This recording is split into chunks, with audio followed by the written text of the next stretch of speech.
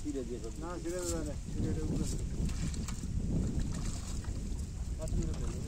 এই যায় আলি ওটা ঘোষেন না কা